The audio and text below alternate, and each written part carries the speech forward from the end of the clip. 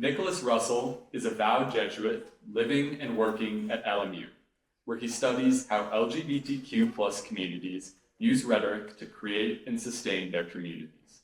His current book project, Queer Post-Memory, traces the evolution of queer memory practices in the 21st century. Please give him a round of applause.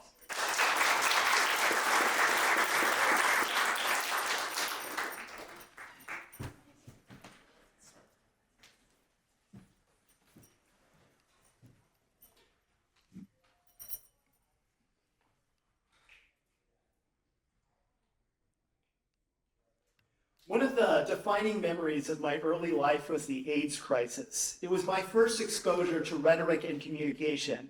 Paula Treichler called AIDS an epidemic of signification, a mirror reflecting our culture's deepest fears and darkest cruelties. In that mirror, I witnessed how language could savage queer people in the hour of their loss, how rhetoric could turn disease into an excuse for hatred.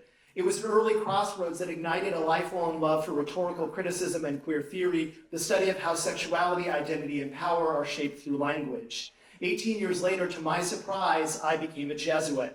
And I found myself at another crossroads. Since entering, I've asked whether I could study queer rhetoric as a vowed religious. But as I understand them, queer theory and Christianity are two expressions of the same vocation: to contrast an unjust status quo with a utopian vision of the future, to stand in that gap as a prophetic voice, and to witness the kingdom of God.